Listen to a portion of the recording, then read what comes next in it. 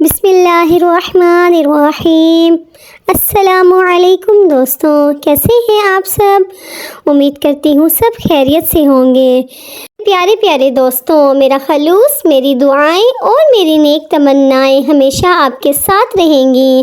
میں اللہ سے دعا کرتی ہوں، اے اللہ میرے پیاروں کو، میرے دیکھنے والوں کو ہر بیماری سے شفا، اچھی صحت، کاملہ ایمان اور وسیع رزق عطا فرما۔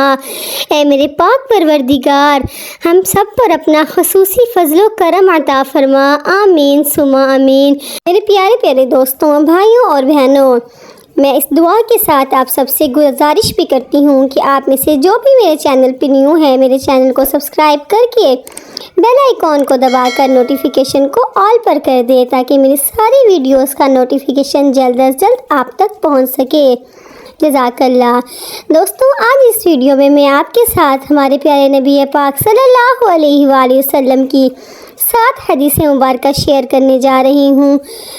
نمبر 1، رسول اللہ صلی اللہ علیہ وآلہ وسلم نے فرمایا، بے شک جبرائیل علیہ السلام نے مجھے بشارت دی، جو آپ صلی اللہ علیہ وآلہ وسلم پر درود پاک پڑھتا ہے، اللہ عز و جل اس پر رحمت بھیجتا ہے، اور جو آپ صلی اللہ علیہ وآلہ وسلم پر سلام پڑھتا ہے، اللہ عز و جل اس پر سلامتی بھیجتا ہے۔ سبحان اللہ۔ نمبر 2، اچھی بات یا خاموشی۔ رسول اللہ صلی اللہ علیہ وآلہ وسلم نے فرمایا، جو شخص اللہ پر اور قیامت کے دن پر ایمان رکھتا ہے، اسے چاہیے کہ اچھی بات کہے یا خاموش رہے۔ نمبر 3، حدیث مبارکہ۔ رسول اللہ صلی اللہ علیہ وآلہ وسلم نے فرمایا، ہر دن صبح 2 فرشتے اترتے ہیں، ان میں سے ایک دعا کرتے ہوئے کہتا ہے، اے اللہ خرچ کرنے والے کو بہتر بدل عطا فرما، اور دوسرا التجا کرتا ہے، اے اللہ جو خرچ نہ کرے اس کا مال تلف کر دے۔